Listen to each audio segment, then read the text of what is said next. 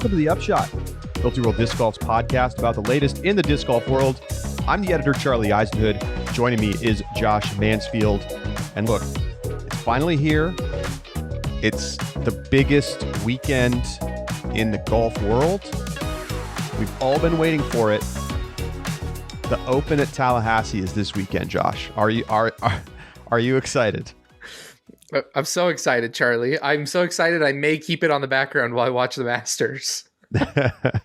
But so by the way, the Open in Tallahassee they kind of brand the tournament to look a little bit like the Masters. They have yellow flags on top of the baskets. We'll see if they have the same turnout in spectators as the Masters.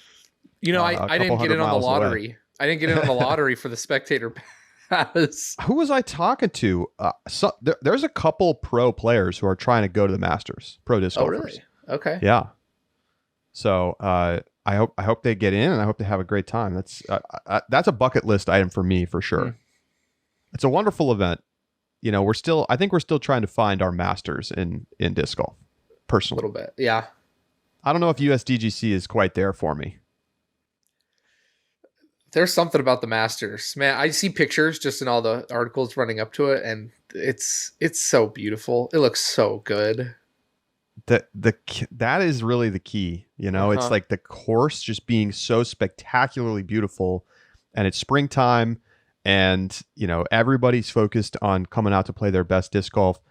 I would love to see, like, the more I think about it, the more I like the idea of Champions Cup being at WR Jackson every single year, and that they like work to make it Masters-esque. I mean, yeah, it's cloning like not only the same area of the country and timing. That's fine. Yeah. Like, do what works, copy what works from other people.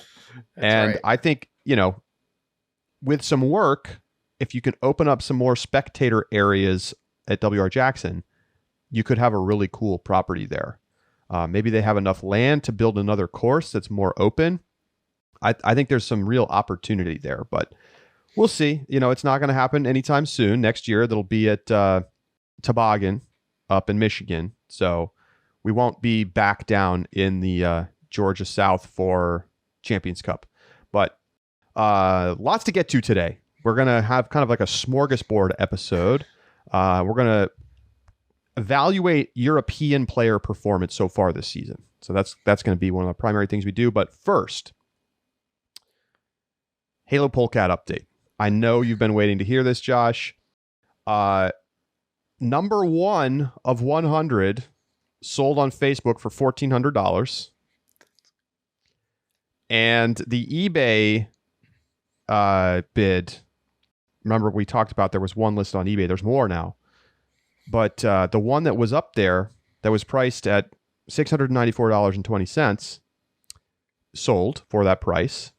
And somehow I did not recognize, and thank you to the multiple listeners who emailed in to let me know that I needed to take a mulligan, that it's $69,420. Duh.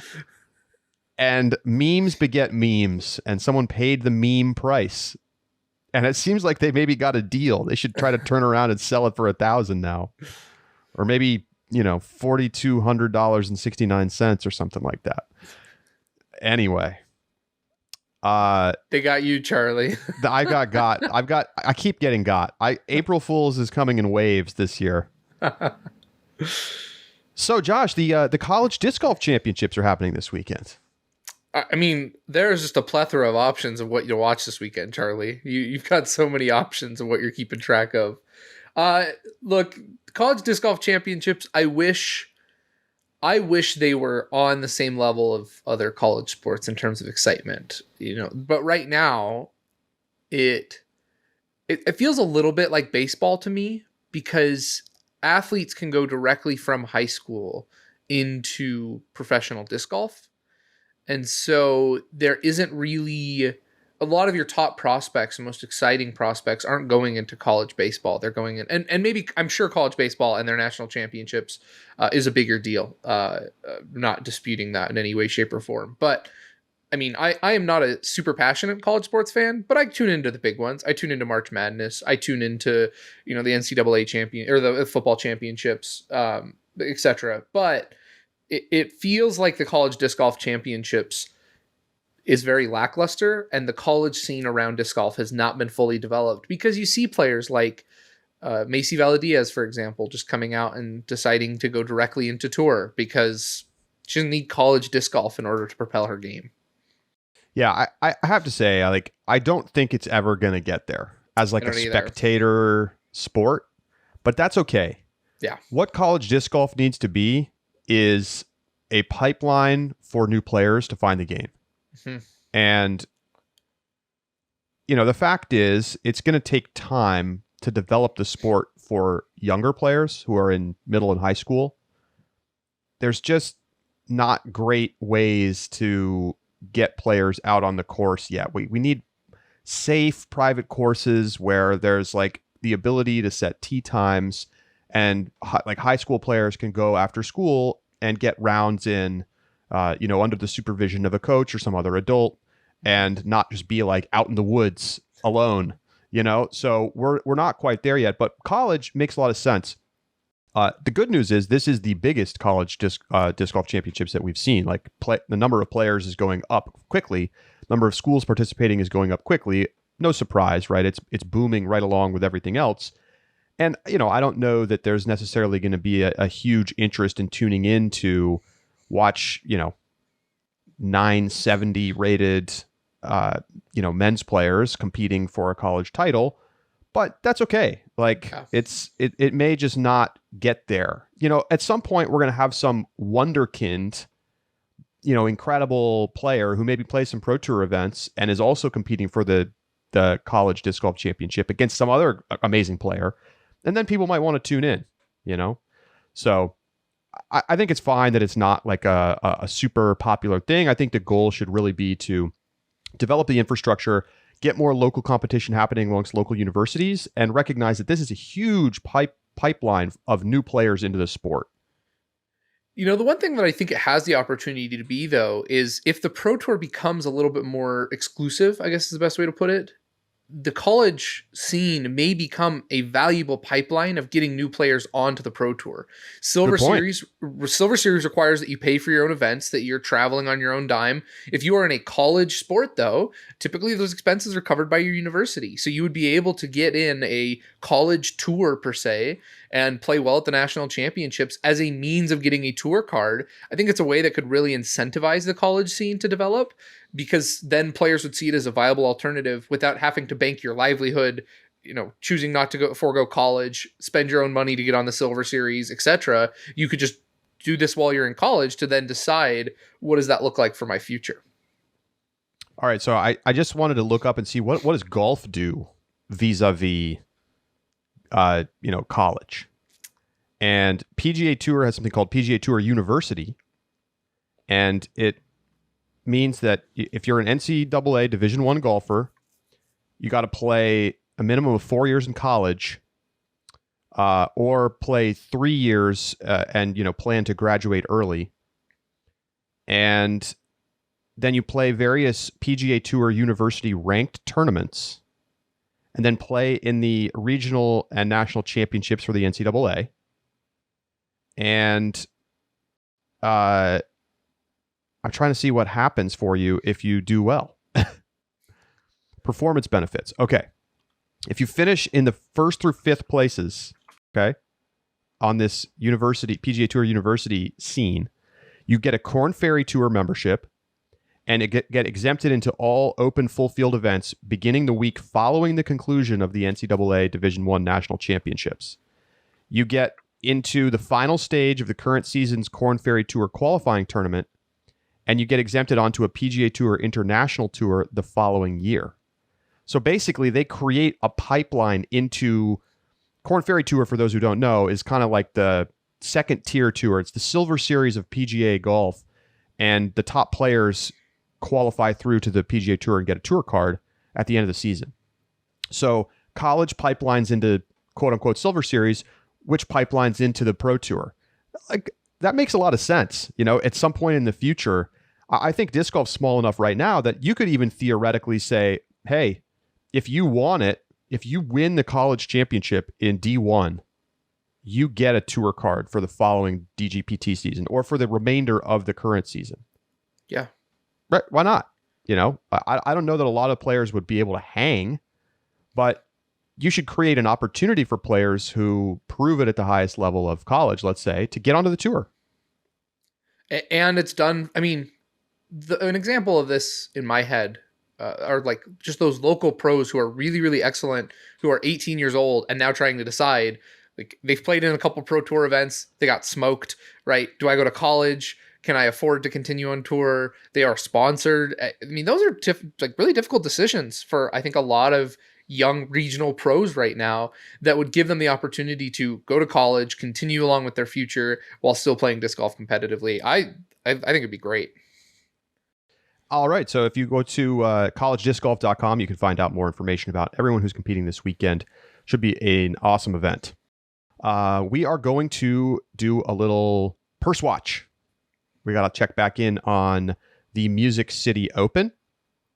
The MPO payout, $24,220. FPO payout, $8,560 for a total of $32,780. That is the lowest purse of the season so far, about $2,000 less than Belton. Compared to last year's purse, when this tournament was a national tour stop, the purse has gone down almost 60%. It was $76,505 last year. So a big drop off for Music City Open, which makes me wonder how much the PDGA was putting in last year. Well, it's interesting because, I mean, that's $76,000, $76,500. It would have been the highest tournament this year had it been comparable. Right? I mean, our highest right now is Texas State's at $72,550. So that would have beat Texas State's by, $4,000. That's a lot. First off, that's a lot of extra cash that had been put in. But secondly, this does not, in my opinion, bode super well for me. It's tough because now, like, Music City Open is matching Belton, but Belton also went down in payout this year. I cannot imagine. I mean, especially when we've got tournaments like Beaver State Fling with Masters Cup, tournaments that we've talked about being potentially on the Silver Series events moving forward. Dropping purse like this, I don't think is the way to secure your future. And I understand that it's so hard to go off of last year's number, given that it was a national tour. And it was the national tour finale. And the national tour finale. Yeah. So there's tons of added cash. The PDGA put a bunch of money in. I mean, that's clear as day. So it's hard to evaluate exactly where it is.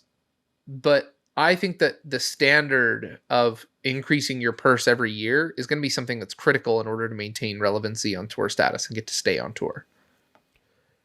Yeah. It's interesting. We're seeing payouts so far this year, for the most part, looking, similar to the previous season, right? We're not seeing big across the board increases so far. Waco and Texas State's did increase their purse. In the case of Texas State's, fairly substantially. I mean, they went up 30%, as we mentioned on our previous purse watch. But remember, Texas State's was an NT. There weren't as high of a requirement for added cash. And so, it's perfectly respectable numbers, but we're not seeing the kind of level ups that we really saw in 2021. Of course, some of the biggest payouts on tour last year came in the second half. And so we'll keep an eye on that with Purse Watch. All right, let's continue. Next up, just want to follow up a little bit about our conversation about pace of play, because there's been some great conversation. We've got some great emails and a lot of chatter in the Discord about what to do or how to deal with pace of play. Josh, folks, I think, liked your idea about having various officials on the course that you can call over to, sort of observe the card. But here's a counterpoint. Ryan from New Mexico, shout out to Ryan, emailed in and he said, "This is about Nikko. Leave him alone. As you said on the show, many players are taking more than 30 seconds to throw at the Music City Open. To your credit, you declared that you didn't want to single out Nikko, but alas, nobody is calling out anyone but Nikko. My solution, extend the rule to 60 seconds like the PGA Tour and be done with the conversation. Give the professionals time to think, process their shot, and execute. Coverage be damned. Players are happy. Volunteer officials don't have to make a tough decision. The rule should be changed to benefit the player. It's ridiculous to expect a man playing for his livelihood to adhere to a rule designed for amateur play in parks with frisbees. What's your take, Josh? In the Discord, there was a suggestion to move it up to like 40 or 45 seconds. I like that idea. I think that 45 seconds is reasonable. I agree that 30 seconds can run a little fast sometimes. But my big thoughts about this, the idea of, I don't care how it looks on coverage and the players will be happy. Well, I think pace of play and high payouts, high spectator involvement are two interconnected things, right? So if you want these players to be playing for their livelihoods, then it means that you have to have a pace of play of some sort in order to keep it watchable for spectators. Because as was pointed out, imagine if Nikko and Gannonburr and two other players who did the same thing were all on a card together, right? We're talking a round that adds potentially an hour and 20 minutes, an hour to an hour and 20 minutes in length relative to a normal card. That is backups, that is bad coverage. If they're lead card, that is excruciatingly long time.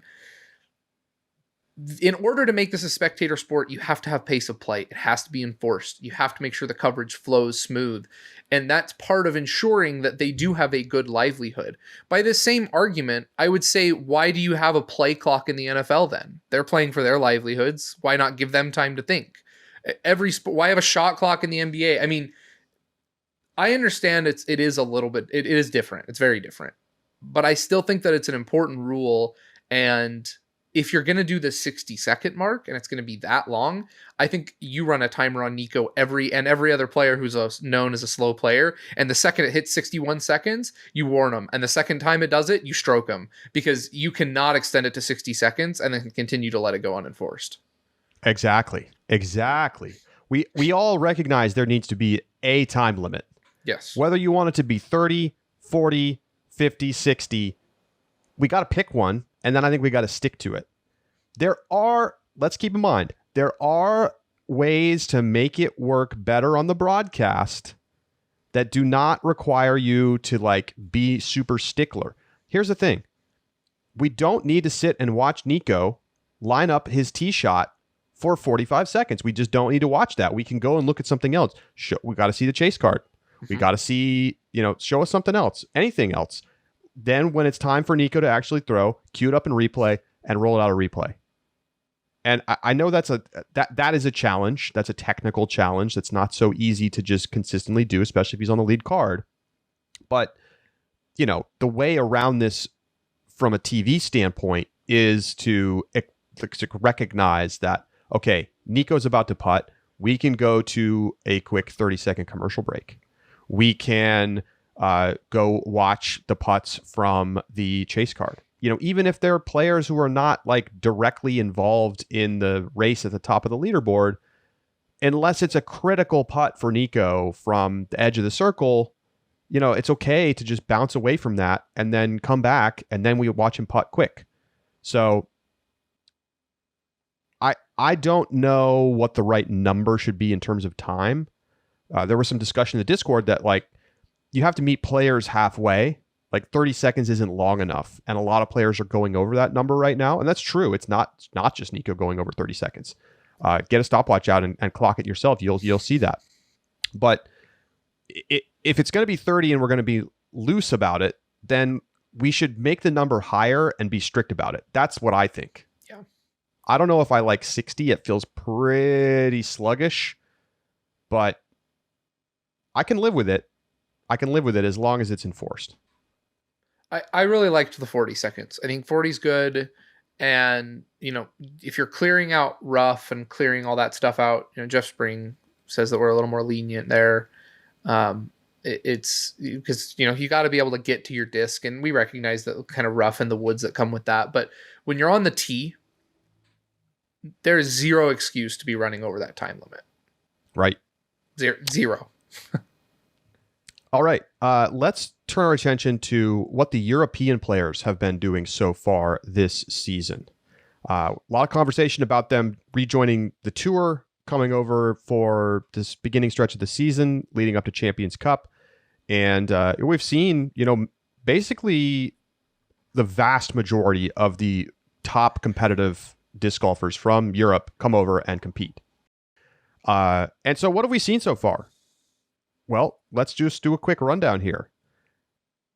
At the top end in an FPO, I think we've largely seen what we expected, which is top 10 performances on a regular basis from Kristen Tatar, Evelina Salonen, and Hannah Blomroos. Obviously, Evelina is dealing with some struggles on the putting green, but it's worth noting she still has 3 top 10 finishes in her 4 events this season.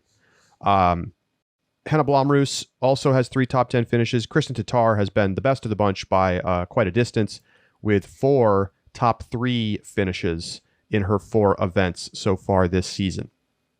On the other side of the Frisbee, the MPO, we've only seen 1 top 10 finish so far. It was from Lauri Lettinen this past weekend at the Music City Open on the Silver Series.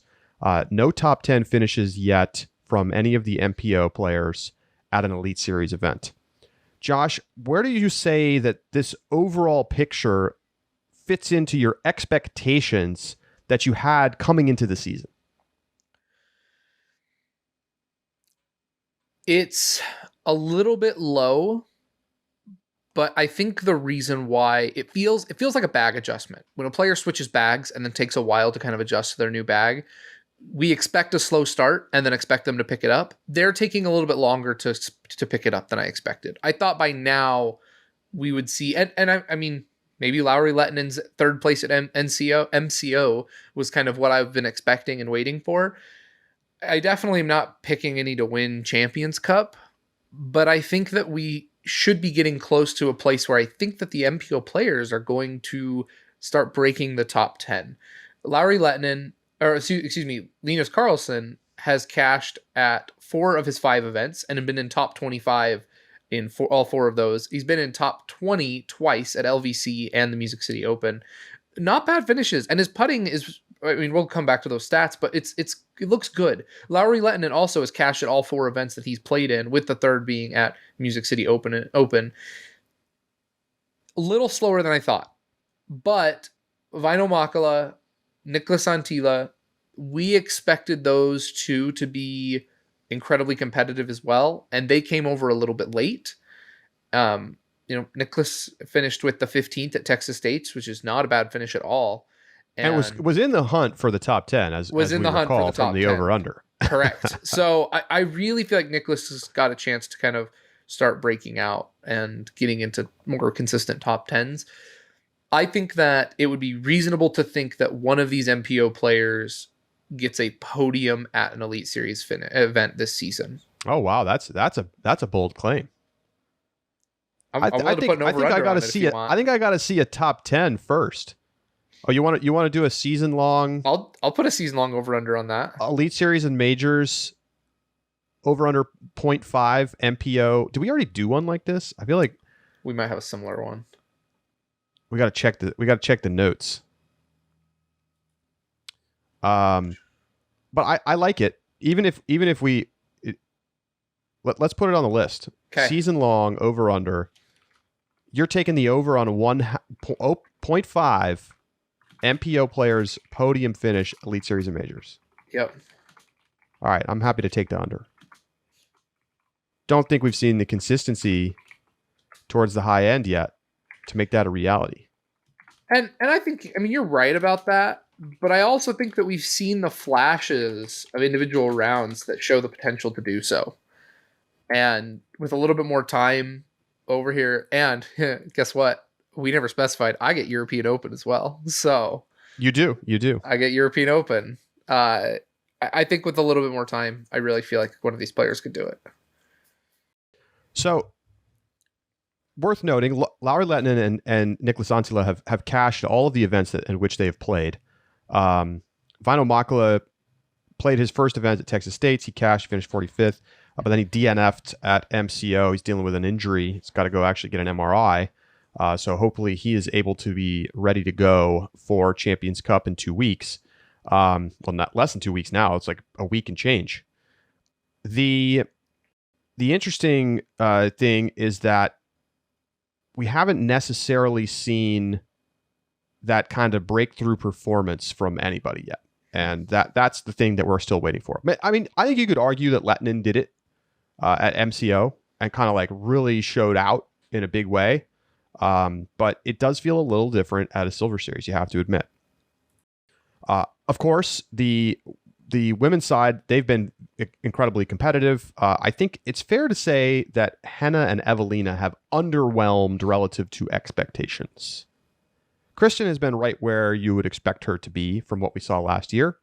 I think you could argue that you'd want to see her with a win by now, but it's hard to quibble too much with 4 straight top 3 finishes, to be honest.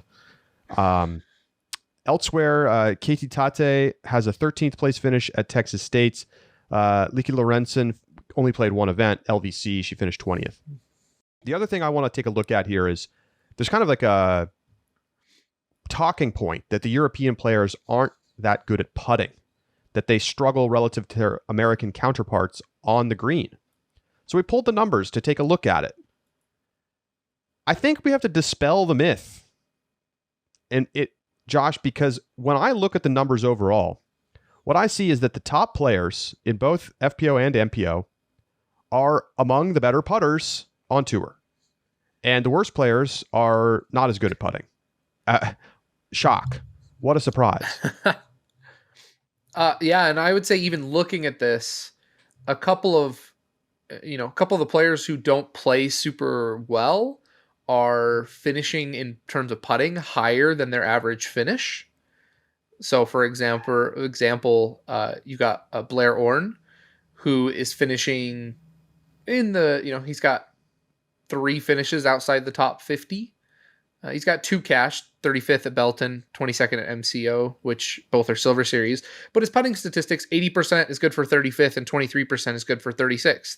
Both of those, his putting is punching above the rest of where he actually is finishing. And that's Circle 1 and Circle 2, just to be clear. Correct. But then when you get up at the top, Linus Carlson, for example, 87%, good for 5th in Circle 1 percentage, 22%, good for 40th in Circle 2 percent, which really good.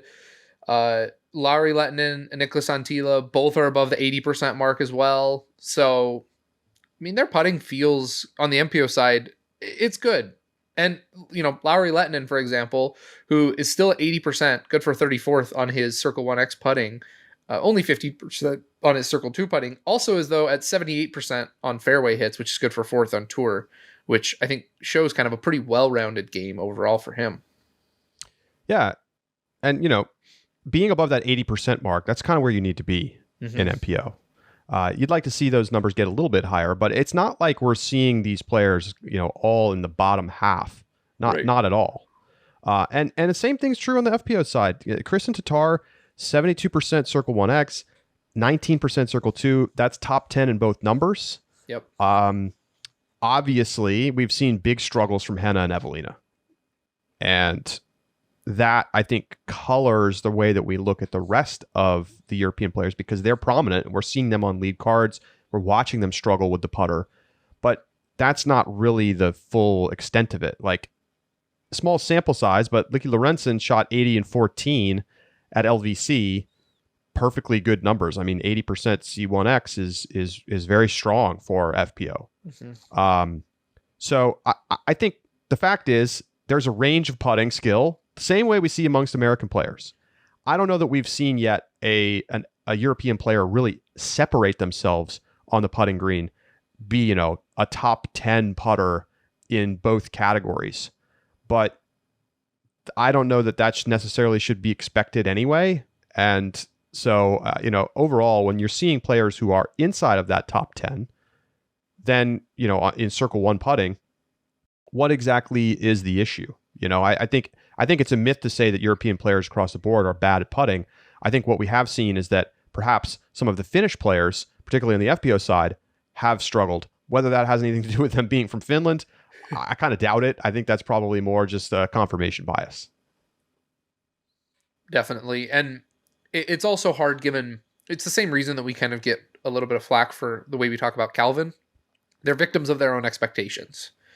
If Henna and Evelina were not as good as they are off the tee and did not have the success that they've had in the past, both in the United States and Europe, we wouldn't even be talking about them.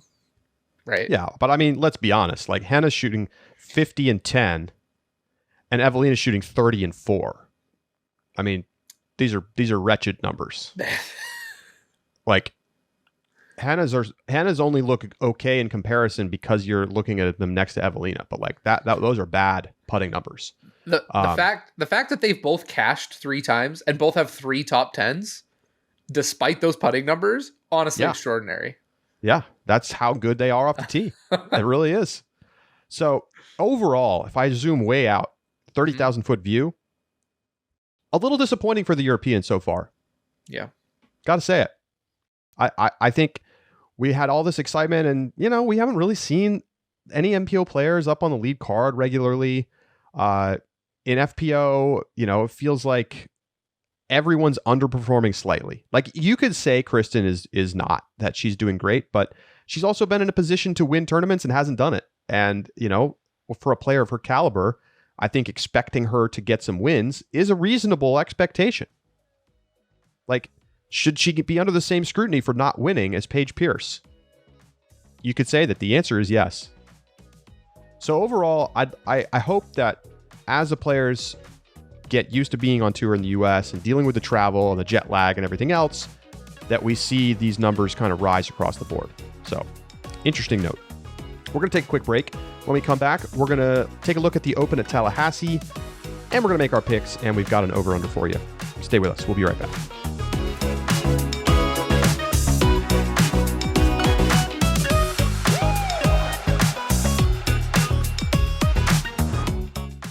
The Upshot is presented by Pound Disc Golf, makers of the best bags in the sport. And I've been talking about it. The new, smaller bag from Pound, the Rufus, is almost here. You can check out videos of the prototype version 1 and 2 on Pound Disc Golf's new YouTube channel. Just search Pound Disc Golf on YouTube or go to youtube.com/Pound Disc Golf, and you can check out the videos as well as an introduction to their new fly pack, which is available now. I can't wait to get my hands on a Rufus. Already, they've built so many cool new things into just the version 2 of the prototype. So go check out the video and find out more.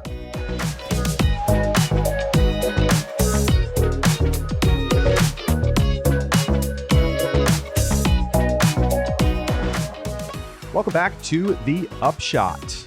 The Open at Tallahassee is taking place this weekend in Tallahassee, and we will get a chance to see players tuning up one last time before the Champions Cup in Appling, Georgia in the following weekend. So this is on the Silver Series of the Disc Golf Pro Tour. This is very much feeling like a Silver Series. A lot of the top players are sitting this one out. We've seen a lot of drops this week. But this should be a fun one, Josh. It's at Tom Brown Park in Tallahassee. It's the number 1 rated course in Florida on UDisc. And it should be a very scoreable. We're going to see a lot of birdies. The course is interesting for Florida. I've actually played it one time about 4 years ago. It has a lot of elevation change. There's like some cool canyons and various features on the course that are not typical of Florida. You hear elevation. That's Florida and elevation don't really go together very much. A lot of low land over there. It's going to be, they've taken the normal course and they've stretched it out a little bit, combined a couple holes to make them longer. But it's still going to be very scoreable for top professionals. This is not an Elite Series course, but it should be fun. A lot of old growth oaks, very beautiful in the wooded areas in the course. And it's kind of got a mix of shots. You're going to have some bomber holes. You're going to have some technical lines. There's a little bit of tight OB here and there. So it should be entertaining. It's going to be a lot more beautiful, I think, than the Mill Ridge course we just saw in Nashville, which didn't have a lot of aesthetic beauty. I will say so far, it feels like our Silver Series courses have done a pretty good job of using what's available to them in order to make these pro courses. It's obvious they weren't designed for this level of competition, but have done a pretty exceptional job at making it into the course that makes for a good weekend of golf. And I'm excited to watch this tournament. I will have it on in the background while I'm watching the Masters. But I still think it's going to be fun to watch. I've seen some pictures from the course, and it looks amazing. I mean, it's gorgeous. This is a course that I would love to go play if it's great fun. Make it that way. Yeah. It's great fun. I mean, I don't have like a super strong memory of each of the holes or anything, but the overall experience was very good, and it deserves a high rating. I think it's a really good course for your average recreational disc golfer. The pros are probably going to shred it. We'll see. Scores were above double digits, under par around for MPO. The last time this event was played was all the way back in 2019. This was supposed to be on the Silver Series in 2020. COVID happened. It was supposed to be on the Silver Series in 2021. There was continuing COVID restrictions in Florida that made it feel like it maybe wasn't going to work out. And so then they punted to this time of year. It was supposed to be last fall, I think. And then they sort of kicked it forward another 6 months. So here it is on the calendar. Notably, on the final day, hole 1 will have a $25,000 ace pot. Yes. Wow. So, yes. Wow. Let's talk a little bit about hole number 1. As you would imagine, it is a par 3. And what's interesting, Josh, is that it is, and we'll put the for those of you watching on YouTube, we'll put the caddy book picture up. It's 355 feet for MPO, 285 for FPO, and the basket is tucked pretty close to OB, long and right. And there's a Mando that will probably prevent players from being able to throw big, wide, spiky type hyzers that would allow you to kind of get the ace run and still try to stay in bounds. You're going to have to throw more flat. You're going to have to risk going OB. But if you go OB, you're probably going to have a short putt for 3. So the question that I ask you, Josh, is are players going to go for it? Let's say it's close, right? Up at the top of the leaderboard. Are players going to go for it knowing that they're going to risk giving up what would probably be otherwise an easy birdie? I think so. I mean, Silver Series, this ace pot, and it's noteworthy. The ace pot is a 2022 Polaris Razor XP1000 high lifter. So one of those. We'll show it to you on YouTube. Yeah. Crazy off-road beast mode machine, which those things are incredibly fun to drive around in. Yeah, so you can either take that. Mm-hmm. Or you get $25,000 in store credit to a power sports shop that sells this and other products. So you don't get the cash. Now, you could buy the things and sell it for cash, something like that. But you could also just go in and buy yourself like 4 dirt bikes, stick them on the back of your RV, and then, rip roar around the country on your dirt bikes. You could. But, I mean, let's assume you just want the cash and you sell this at, 20% off market value. And, once you do, then you get 20 grand. That's 10 times the payout that this Silver Series is going to give you. Okay, hang on a second. Did I just hear the Jomez little star frame jingle? That's my ringtone. That's incredible. It's the easiest way people around. Sorry, my phone wasn't on silent, everybody. Yeah, it's the easiest way to attract other disc golfers. You just sit in a restaurant and then the Jomez jingle goes off and they're like, wait a minute, I know that noise. They flock to you. That's right. That's how you make new friends. It's like bees to pollen. Anyway, back on the ace pot. You hit this ace, you get 10 times what you're gonna win at the Silver Series. Like, good point. I'm running it. Especially, and if you're like out of the cash, like what do you care? Like, just straight at it. I asked the TD, has anybody aced this hole in on the normal course, and he says he's heard about it a couple times. So we'll see. It's going to make for some intrigue, right? First tee and live coverage on Sunday. So tune in and see if any of the top players, go for it / get it, ring up some medal. Maybe it's going to be fun to see. Yeah. Okay. So brings us to our picks.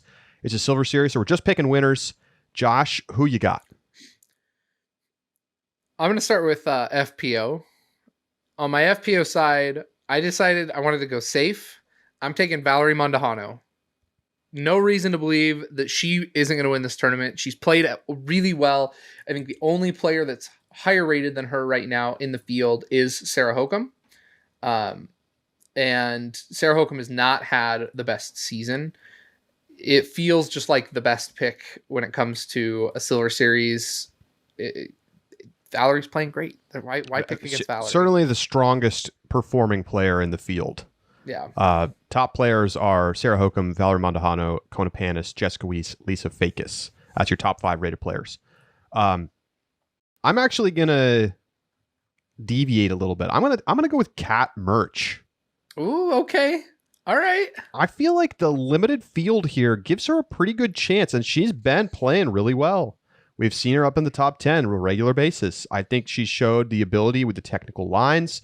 And so I think this is a great chance for her to get that first win, like a Heather Young type win. And I definitely think Valerie Mondahano is the higher probability pick, but I'm gonna roll the dice on Kat Murch. Who you got for MPO? I'm going for the dice roll over on MPO. So I don't know a lot about this course. I've never played it like you have. I've never really seen much about it. But I went and, based on the description when we were chatting, elevation, some narrow gaps, some technical shots. I was like, what is another Silver Series that reminds me of that? And the answer is Masters Cup at De La Viega. Probably not to De La Viega is renowned for its difficulty, so probably not quite to the same level. This is a park course. It's probably got a lot more ease to it. But at Masters Cup last year, of our field that is currently playing, Emerson Keith was the best finisher, and the second best finisher of our current field is Alden Harris, the man who also only took 1 bogey all of last weekend. Facts. Feels good. He had a good play. He's played well at courses similar. I'll take it. I'm going to roll the dice, and I'm going to go Alden Harris. This feels like a kind of like Connor O'Reilly winning Delaware kind of thing. Yeah, sure. But it happens. And so, you know what? I could go with the safe, boring pick. It earned me 5 points last week, but I'm not going to. I'm going to pick Alden Harris this week. I'm going to take a player who is being overlooked so far this season, Nikko Locastro. Oh, good pick. He has 3 top 10 finishes. He's 4th at the 2 previous Silver Series stops. And, is he the highest rated player here? No. Matteo Gannon Burr, higher rated than him. He's 3rd in the field, next to our Mason Ford and Cam Colglazier. So I think Nico's got as good a chance as anybody. Thomas Gilbert is also signed up. Curious to see how he does. Hopefully he's back and healthy and ready to go. And so, yeah, I'm taking Nikko. We saw some really strong play from him at the beginning of the final round of MCO, and I don't see any reason that he can't continue to look sharp in these woods. And I think arguably the hottest player at the moment amongst these top players. Matteo, yes. Gannon Burr's having a great season. Matteo's obviously been limited, but I think Nikko has kind of been playing, looked good. I will not be surprised to see Gannon Burr win this tournament, though. This is also like prime time for first W for Gannon. True. So there we go with our picks. It is time for our over-under, a tradition unlike any other. Josh, what you got for us? In 2019, Calvin beat Paul at this tournament, shooting an average of 1049 rated golf. Our Silver Series this year, though, have required at least 1060 golf in order to win. Chris Dickerson winning both Silver Series thus far. In I went back to the previous Silver Series at the Stafford Open, which was the last Silver Series of last season. Also required 1060 golf in order to win it. So, my line for you then, Charlie, over under for the winner, 1054.5 average golf. Well, let's roll with the recent trends. I'll take the over. Okay. I think the year when Calvin beat Paul, there weren't really that many other top players in the field. Maybe they got away with having a weaker weekend. Maybe this course will prove to give away lower ratings. That's possible. Mm-hmm. So I can see the argument both ways, but I'm going to roll with the recent trends, and I'll take the over. Okay. Remember that you can go to discgolf.ultiworld.com/upshot-picks to check out all of our picks, vote on who you think is going to win, and keep up to date with everything. We're working on new features, and we'll put a link in the description on the website and in the podcast link and in the YouTube, etc. So check it out. It's a lot of fun. I like to see when I crush Josh in the vote totals from listeners. So I hope everybody has a fantastic weekend. It by the time this comes out, you got to get your Masters app downloaded. Like, this is the one weekend where like really disc golf can take a back seat. I'm going to watch the golf. I'll be on the call for Open at Tallahassee on Sunday on the Disc Golf Network. So if you tuned into that and you're not watching the final round of the Masters, good on you. We'll talk to you then. And we will see you next week right here on the Upshot as we get ready for the Champions Cup. For Josh Mansfield, I'm Charlie Eisenhood saying so long, and we'll talk to you next Tuesday.